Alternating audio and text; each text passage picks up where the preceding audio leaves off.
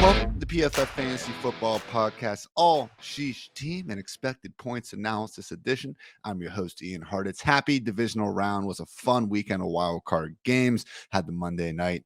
Not exactly a classic, but a beatdown of the GOAT Tom Brady. Good times being had by football fans and fantasy fans alike. So, guys, again, hope you enjoyed that. Hope you've been enjoying some of the offseason editions of the PFF Fantasy Football Podcast we have going out. Going to keep on keeping on all throughout the offseason as always. So today, I want to take another step back again, not quite doing the game-by-game breakdowns for the playoffs, but looking back at what happened in 2022 before we truly go full sicko looking ahead to 2023. Want to go through my All-Sheesh Team players that just had the most unfortunate events, a series of unfortunate events, if you will. Shout out Lemony Snicket, happened to them throughout this past season. And then also go through, again, some of the more unlucky or even lucky players based on what they were able to manage in terms of realized fantasy points versus what they were expected to, based purely on that sweet volume. So again, thanks for tuning in, everybody. And with that, let's get on to the official 2022-2023 All-Sheesh Team. The committee, meaning myself,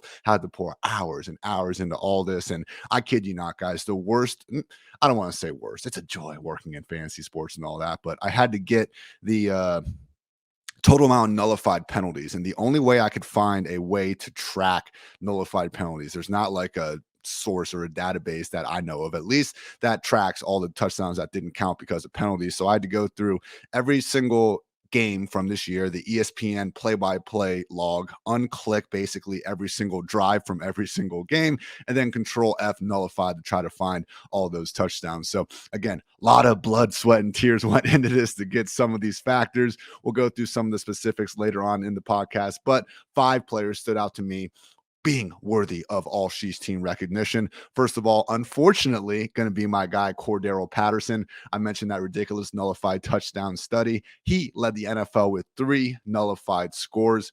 Brandon Cooks was the only other freaking player that had multiple nullified touchdowns. 42 scores were taken off the board because of penalty this year. Patterson had 3, Cooks had 2, 37 other players had just 1. So nothing more sheeshful, obviously, than seeing those points go up on the board and they get ripped right back down, or the penalties, there to help the touchdown happen. On many occasions, if not most occasions, absolutely. But there were some sheeshy ones, especially CPAT's last one of the year. Awesome cutback run. Got a really good block near the goal line. Arthur Smith was losing his mind after those points got taken off the board, just like I'm sure fantasy managers were as well.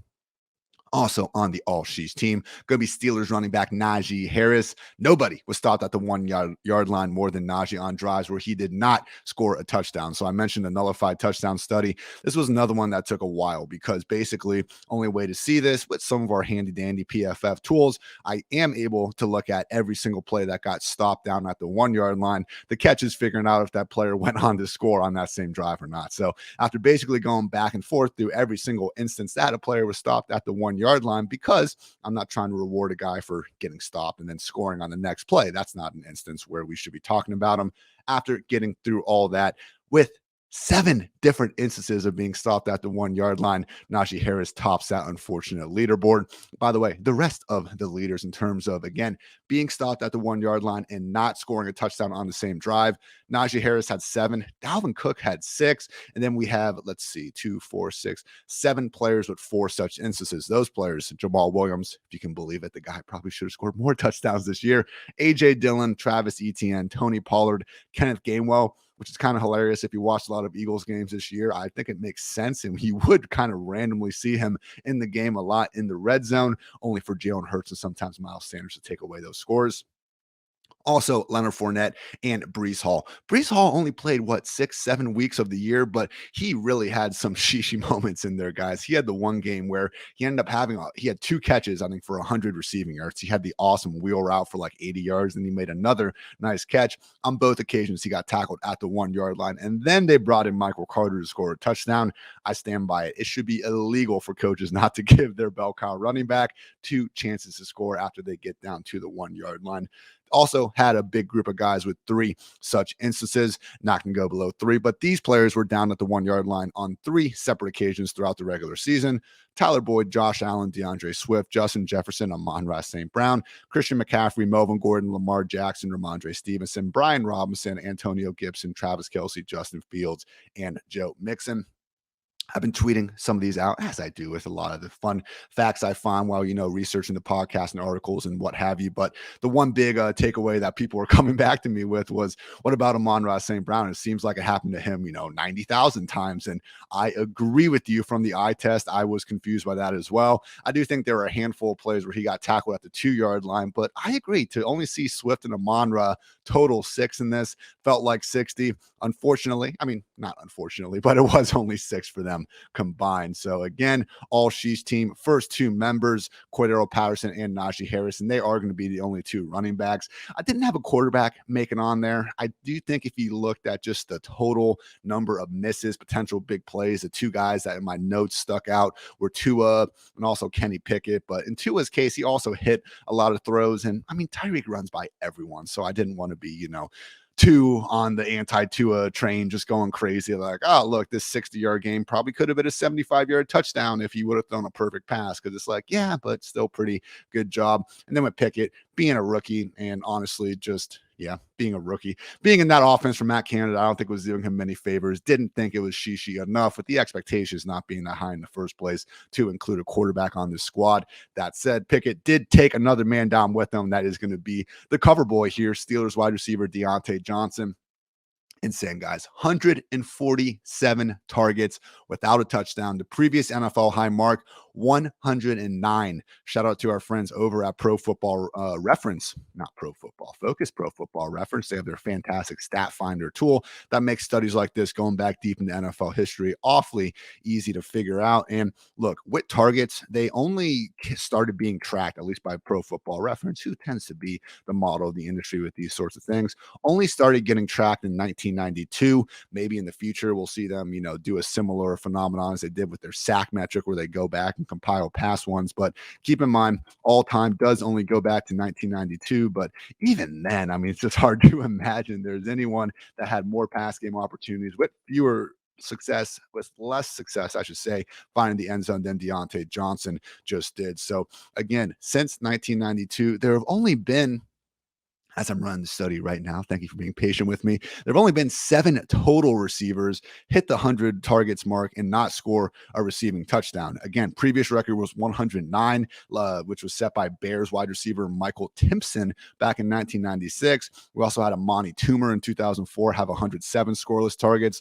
Torrey Holt spent a year with the Jaguars, which is wild, and he got to 103. Hakeem Nicks had 101 scoreless targets in 2013.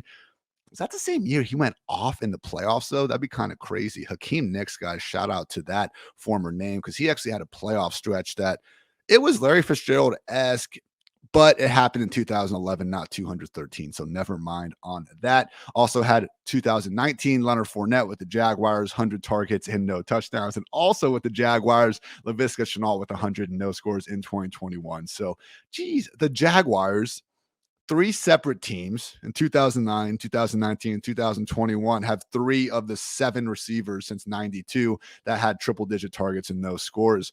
Not great there, but it does seem like Trevor Lawrence is turning that team around, as we saw last week. So yeah, Diontae Johnson, just so brutal this year. And even some of the close plays, when you do actually look more into it, my God, week 2 or week 3, Trubisky had a freaking seed back of the end zone. Johnson just barely couldn't get the second foot down. Had another one against the Bills with Kenny Pickett where he only got 1 foot down. The second one was oh so close. Even dropped a touchdown from Pickett later in the season, just when he thought things couldn't get worse. And oh yeah, it was week 18, I believe. He actually finally gets some yak going and gets tackled down at the 1-yard line. So Diontae Johnson, I maintain, is still very good at football. Unfortunately, is fresh off one of the more she seasons we have ever seen.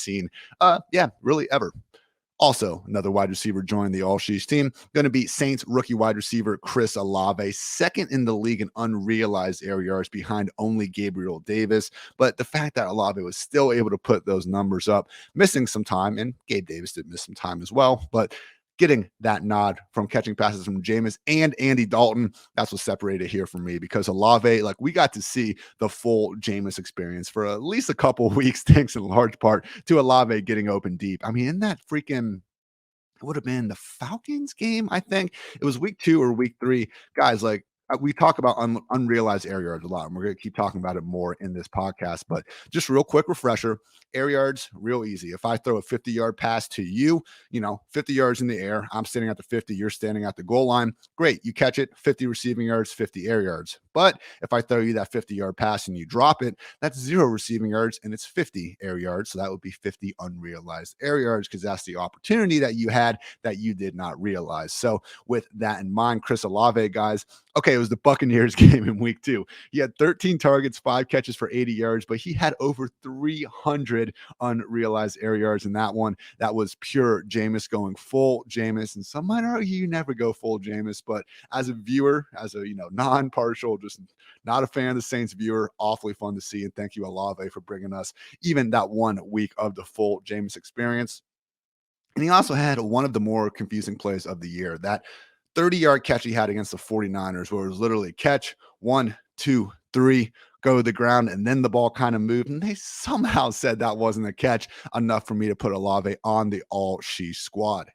Finally, guys, number 5, any guesses? Feel free. I can't hear you right now, but if you have a guess so far, Cordero Patterson, Najee Harris, Diontae Johnson, Chris Olave, any other players that you can think of that, again, full sheesh, pissed you off, didn't live up to expectations, had the fantasy community's brain in a collective pretzel for most of the year? Yeah, Falcons tight end Kyle Pitts. Good guess on your part. I know you nailed it. Easily led all tight ends in unrealized air yards with 411, and many of those incomplete targets were of the uncatchable variety, which, again, the frustration with Kyle Pitts, I understand that you also have Drake London in this offense, and I understand it's the most run-first offense in the NFL, so expecting him to just get these 10, 12 target games was unrealistic, and from the start. So not trying to say, me ranking him tight end 3 like the rest of the industry. We were right. The process was right. Not going there.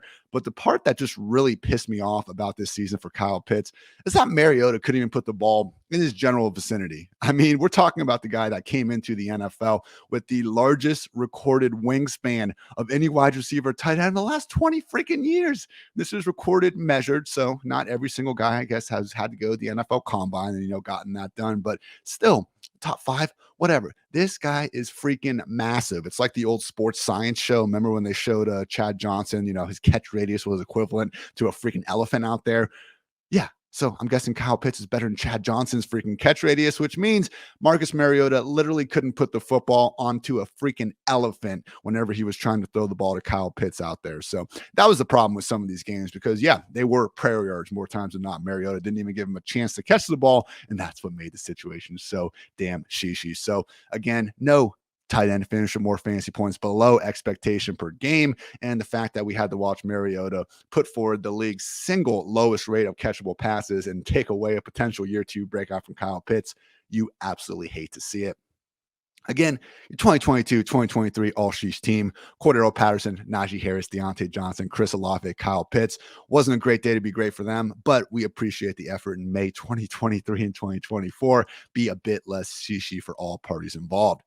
All right, guys, top 5 sheesh moments of the season now. I did go ahead and do a thread on Twitter after going through all my articles from the year and just, reminded everyone of all the moments that made us sad and kind of broke our hearts, along the way. So what a better way to, spend a Monday afternoon, in my humble opinion. But naturally, couldn't pick all 24 highlights I believe I put into the thread. Did want to highlight the top 5 here. So number 5 sheesh moment of the season goes to Hunter Henry. Hunter caught it, guys. If you remember this Thanksgiving game, Patriots versus the Vikings, I believe, and Mac Jones, one of his better performances of the year, was actually able to put up some points, maybe because they were playing the Vikings, but whatever. Either way, they're moving up and down the field, and then Hunter Henry caught a short touchdown. Not so fast, my friend. Taken off the board because he didn't maintain control of the football while going to the ground. But here's the problem. You watch the replay. The man's hand was underneath the football. His hand is under the ball. The ball doesn't hit the ground. It's on his hand. His hand hits the ground. The ball shifts. The ball never hit the ground. Hunter gets possession of it and should have had a touchdown, but nope, incomplete pass, even though the ball sure looked like it never even touched the ground. What is a catch? We still do not know in the year 2023.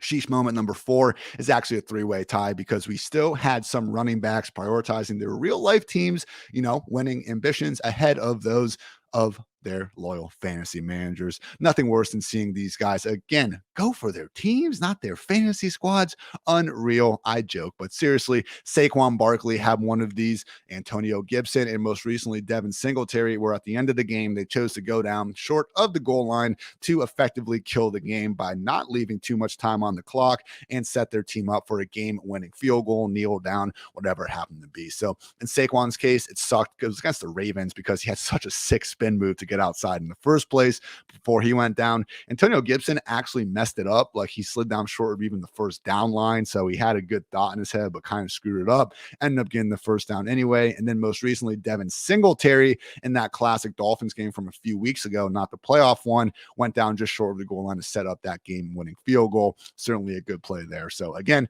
I get it. Like this is a smart move. All three of these guys made the smart move. We saw what happened to Nick Chubb and the Browns against the Jets earlier this year when he didn't make that smart move, which sucks because Chubb actually has made that very same move a couple years ago, I think against the Eagles when he busted that big run at the end of the game. So yeah, Saquon, Gibson, Devin Singletary, smart real life move. Didn't make it any less sheeshy though for the fantasy managers involved. Sheesh moment number 3 of the year. Going to be monster opening touchdowns, flat out drop. Last time I'm cheating on this, but this is 2 plays. First of all, literally the Packers' first offensive play of the season. You already know where I'm going with this. Christian Watson, absolute pearl over ball from Aaron Rodgers and flat out dropped it. 75-yard house call, ran straight past Patrick Peterson on their first offensive play of the game. Could not hold on. So what's wild about that, guys, again, should have been first offensive play. Christian Watson's first play of his career should have gone for a 75-yard score. Instead, due to injuries and some other drops, first 9 games of the season, first 9 weeks of the season, I should say, just 88 scoreless receiving yards. So we talked about Watson in our award show about how he did get comeback player of the year in fantasy because of how much better he was in the second half compared to the first. But yeah, Christian Watson just kind of set the tone, unfortunately, for the Packers' entire season, albeit he did have a nice little comeback there at the end.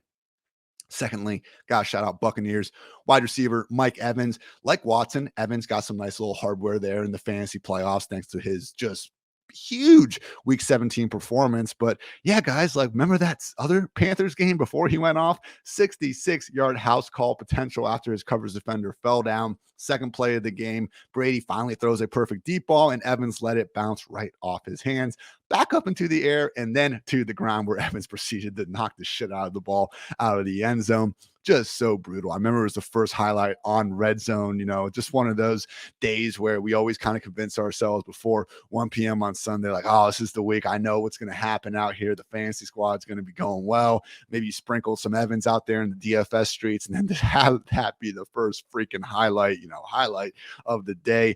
Absolutely brutal. So yeah, monster opening touchdowns, flat out dropped. Christian Watson, Mike Evans, could not think of 2 more egregious ones on the season, just in terms of the big play potential. Tyler Boyd, Brandon Ayuk. There were some other really bad drops that should have been touchdowns, but Watson and Evans, nobody had that same length and just opening play nature involved. Number 2, sheesh moment of the year, going to go to Justin Jefferson. Stop blowing the freaking play dead when you aren't positive, refs, because he went off in week 14. He had 11 catches for 223 scoreless yards, but he should have had an additional 32 yards and a touchdown when he literally managed to fend off 3 defenders somehow on the sideline, did not step out of bounds. We saw clear replay, didn't step out of bounds, and the officials were able to basically clarify that he didn't step out of bounds, but it didn't matter because they said he did on the field, so the rest of the play was dead. So yeah, I mean, I'm not going to say the Vikings definitely would have come back and won, but they did lose 51 seconds of the game that they then had to drive down the field instead of getting the opening score from Jefferson on that drive. So again, just a situation where no, Justin Jefferson, fantasy managers, you already had freaking 33.3 points from this performance before even adding in, the big play and big game multipliers and all that going on. But yeah, Jefferson, Again, just let the play go, refs. It's the easiest thing ever. No team's got to waste a challenge flag. Fans would prefer it. I mean, we look at those scooping scores and situations that were going on with the Colts and Vikings game. I mean, those might as well be here as well. I'm including them now. How about that? So, refs freaking blowing these plays dead when they shouldn't be. Nothing more tilting out there, especially when it happens to involve your fantasy player. And finally, the number one sheesh play of the season. Again, any guesses out here? You guys got a good guess? Because I think it's pretty clear. It's the Washington screw job. You know, Brett screwed Brett, Terry screwed Terry, whatever you want to say about this one. Commanders running back Brian Robinson got actually absolutely screwed in week 15, Sunday night against the Giants. Punched in a short 1-yard touchdown from the goal line, and we were about to see a 2-point conversion to potentially send things into overtime. Not so fast, my friend. The officials threw a flag for an illegal formation, saying Terry McLaurin wasn't on the line of scrimmage. You need 7 men on the line of scrimmage. That's why wide receivers before every single play check with the referee to make sure. And that's what Terry did on this play. And the ref told him to move up, it looked like. Terry did. And then he threw the flag anyway. Reminder, this was a run up the middle. Terry was the far right wide receiver communicating with the referee. What was this guy's deal out here? I mean, the amount of times these referees seemingly want the viewer at home to be reminded that they're out there. It's not just football too. I've talked about being a big fan of combat sports. Like the best thing you can say about a ref out there is that you don't even notice they're out there because they're not making an impact on the game because you're not there to watch the freaking refs. You're there to actually go watch your football players or the fighters or whoever the hell is in the sporting event. And again, Terry McLaurin, who said after the game that he did speak to the ref about this and he got a thumbs up and all this, just what a sheeshy moment. Brian Robinson, Terry McLaurin, Washington Commanders absolutely screwed on that one. And again, I don't know if they were going to win, but I can guarantee you there were some fantasy managers out there in the first round of the playoffs who unfortunately lost because Brian Robinson didn't get those 6 points that he earned and that he deserved based on this going down. So side note, this one did make me think of, I couldn't remember if it was a fantasy football punishment or not, but I love the idea of dressing up as a referee, going to a football game, and then just going absolutely crazy anytime the ref makes a call. That does sound like a fun time, kind of expensive. So, like, too much of an expensive joke, probably for like a last place punishment, but something to keep in mind if you happen to have a NFL referee uniform lying around. Anyway, guys, quick recap. Top 5 sheesh moments of the season. Hunter Henry's short touchdown that was taken off the board because they said it hit the ground, even though it sure seemed like the ball never hit the ground. Saquon Barkley, Antonio Gibson, and Devin Singletary pulling the Todd Gurley, Brian Westbrook move of falling down short of the goal line to help their real life teams in lieu of their fantasy managers. Also had the monster opening touchdowns flat out dropped, courtesy of Christian Watson and Mike Evans.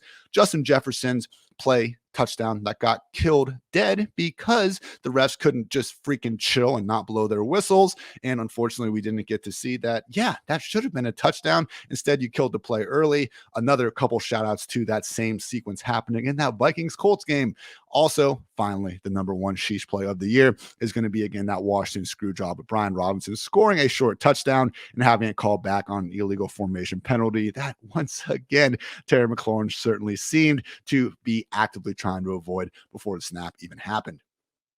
Few other quick notes as I was kind of going through getting all these awards and moments made. I did look at end zone drops, like the most drops of the season on targets that were in the end zone. And Jamar Chase and Stephon Diggs, guys, led the NFL with 3 apiece. And that kind of is the wild scenario with them. And look, Chase, Diggs, pull the highlight videos up. I mean, again, we don't need to knock these dudes for a couple mistakes here and even more mistakes than usual. They have more volume than anyone out there. And again, all the good plays certainly override a few drops. But yeah, truly, in Chase's case in particular, don't let, again, a really good second year distract from the fact that he was even more insane as a rookie. So with Chase this year, it was good to see the Bengals not let him get taken out of games, when they couldn't hit these big 50-yard splash plays or they couldn't find the end zone. They still found a way to get Chase these, 7, 8 catch, 90-yard games, maybe a little bit over 100, but it was more so of an underneath intermediate usage than we were used to seeing. And I think that's probably a big adjustment of teams actively trying to take away some of those bigger plays down the field that Burrow and Chase just absolutely torched them with. But yeah, pretty scary that Jamar Chase, who was still a top 5 fantasy wide receiver, was the wide receiver 1 in expected PPR points per game and just couldn't quite get it going. So last year, I mean, the one stat that kind of blew me away looking back at some of this, Jamar Chase this season obviously missed some time due to injuries. He only played 12 games. This season, in 12 games, Jamar Chase had 134 targets. Last season, in 17 games, he had 128. So really, I know last year we had the stats with T. Higgins versus Jamar Chase and how even their targets were and their production were in games together. In a bigger sample size, we've actually seen now Jamar Chase emerge as the clear-cut number one receiver in Cincinnati. I mean, I do think it was more of a number one Jamar Chase, number two T. Higgins, as opposed to the 1A, 1B pecking order. Not talking about their talent. T's amazing. But again, Jamar Chase, number one in expected points from a wide receiver on a per-game basis. Meanwhile, T. Higgins, and we'll talk about this more here in a little bit, T. Higgins was one of the more just lucky wide receivers. I mean, he's talented, so that's lucky is not necessarily the right word there, but just in terms of expected PPR points per game, T. Higgins was the wide receiver freaking 42 out here.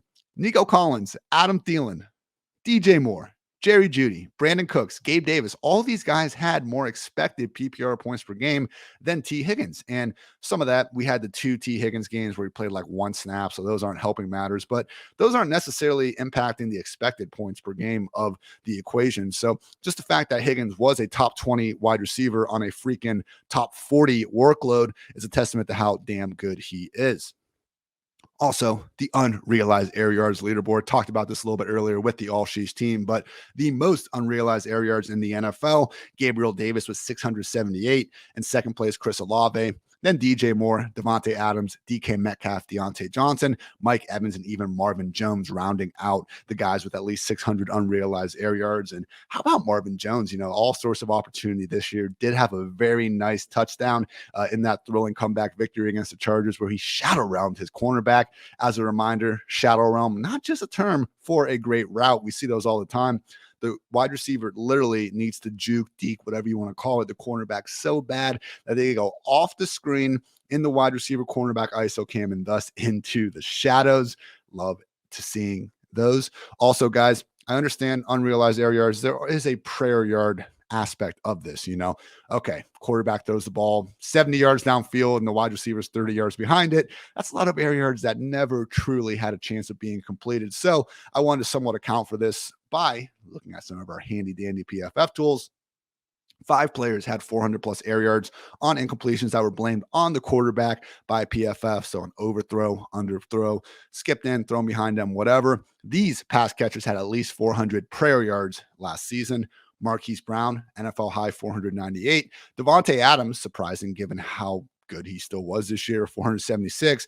DJ Moore, AJ Brown, also pretty surprising, and Kyle Pitts sitting there at 409. So almost all of Kyle Pitts' air yards were uncatchable this year, which again is just so frustrating because didn't even have a chance to do it. So not saying that, you know, there is this, it's not uncatchable or it's a drop. There is, you know, a line of passes that are catchable and are not considered drops. And I do think there were, you know, decent points to be made that, yeah, Kyle Pitts wouldn't have brought in all 409 of these, you know, prayer yards. He had an opportunity, but I don't know, half of those would have been cool. Just saying. And yes, overall on the season, Falcons, Jets, Bears, and Texans, the only 4 offenses that had fewer than 75% of their targets be deemed catchable by PFF. Again, Falcons, Jets, Bears, Texans. Kind of makes sense there. And the other bottom 3 teams, the Commanders, the Rams, and the Panthers, those form the clear-cut bottom 7 offenses in terms of catchable pass rate.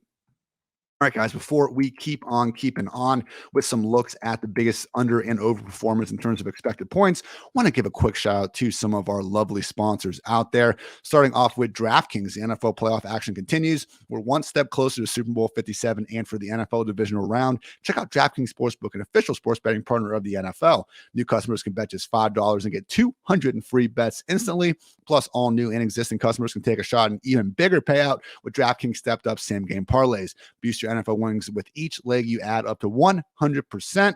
Come on, guys. Download the DraftKings Sportsbook app and use code PFF. New customers can bet $5 on the NFL divisional round and get 200 in free bets instantly only at DraftKings Sportsbook with code PFF. Also, the PFF Fantasy Football Podcast is sponsored by Western Southern Financial Group. While you focus on your roster moves, Western Southern helps advance your money moves, buying your first home, planning to start a family, wondering how to make your money grow. Western Southern's playbook of life insurance, investment, and retirement solutions helps you rest assured on game day. Team up to understand needs and address goals with a game plan built just for you. Get started on westernsouthern.com/PFF.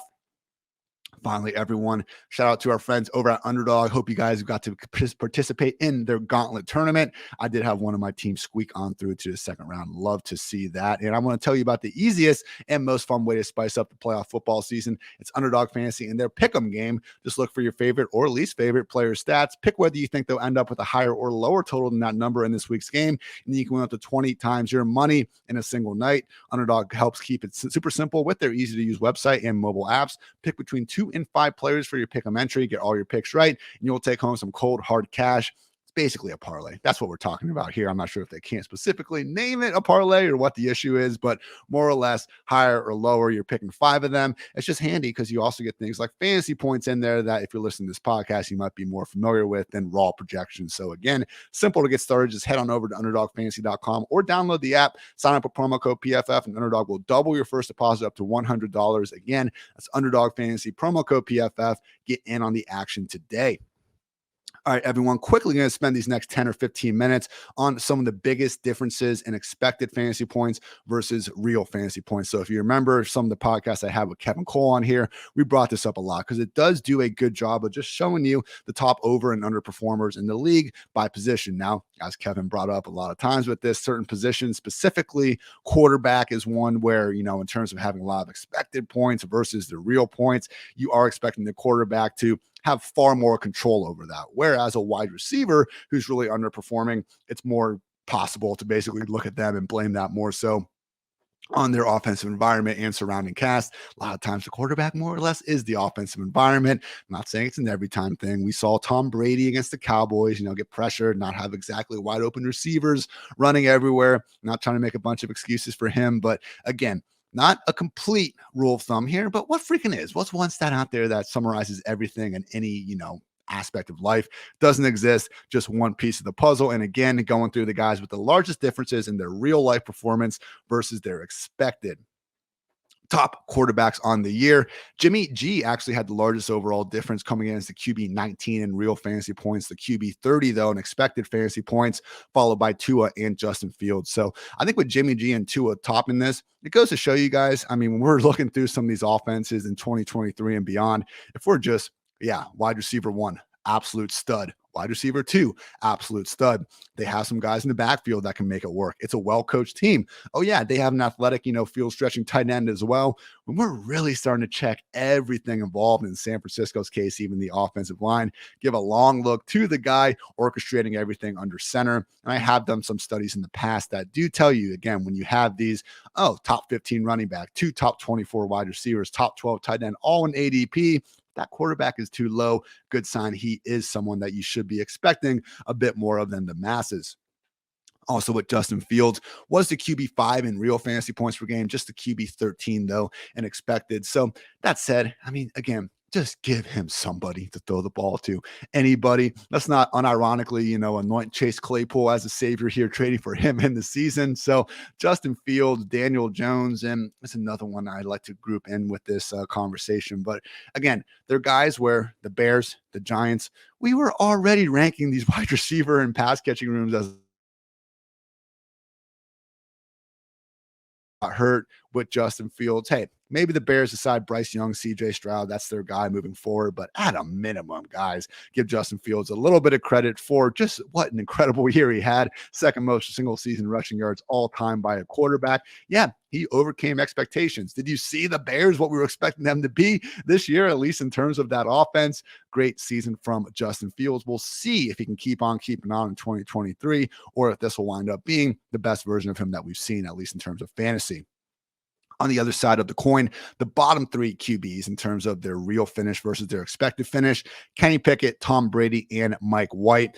In Pickett's case, QB 33 in real fantasy points per game was the QB 21 expected. So these are 3 guys that just had all sorts of passing game volume, but unfortunately couldn't consistently pick up the fantasy points with it. So in Pickett's case, we can blame a lot of that on Matt Canada. He also had some missed timely drops from Diontae Johnson, as well as George Pickens. Don't forget, probably the best throw of Kenny Pickett's life life, that deep bomb down the sideline. Pickens unfortunately dropped what would have been a 45-yard score. I forget who it was against, maybe the Patriots. Not positive on that one, but with Pickett, again, I understand far more bad, I think, can be put on his plate than those receivers. But yeah, certainly wasn't the best rookie season that we could see out there.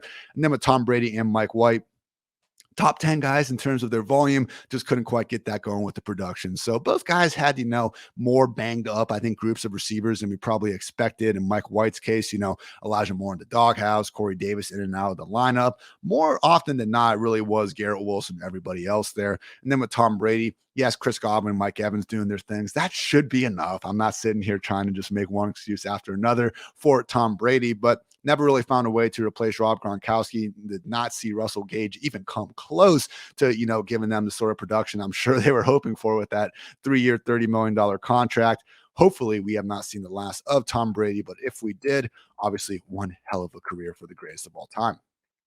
At running back, top 5 running backs in terms of outperforming their expected fantasy points and being a lot better than their workload suggested. Rashad Penny, Tony Pollard, Khalil Herbert, Dontrell Hilliard, and Nick Chubb, who is seemingly on this list each and every year. So at least with Chubb, he was the RB8 in fantasy points per game with the workload of an RB18. I mean, 2 years ago, he had the RB27 workload, and a lot of that was to do with Kareem Hunt being a certified badass in his own right at running the football. With Kareem Hunt and Dearness Johnson now unrestricted free agents, maybe, just maybe, Nick Chubb finally gets that sort of expected fantasy point workload that his talents obviously deserve.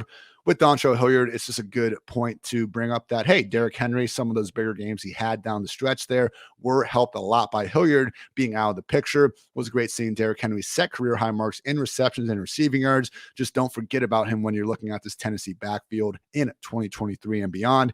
Khalil Herbert, RB41 per game, RB54 expected per game. Could be a situation where David Montgomery comes back on a team-friendly deal, but if not, Khalil Herbert certainly has flashed enough as a backup to feel good about him stepping into a bigger role.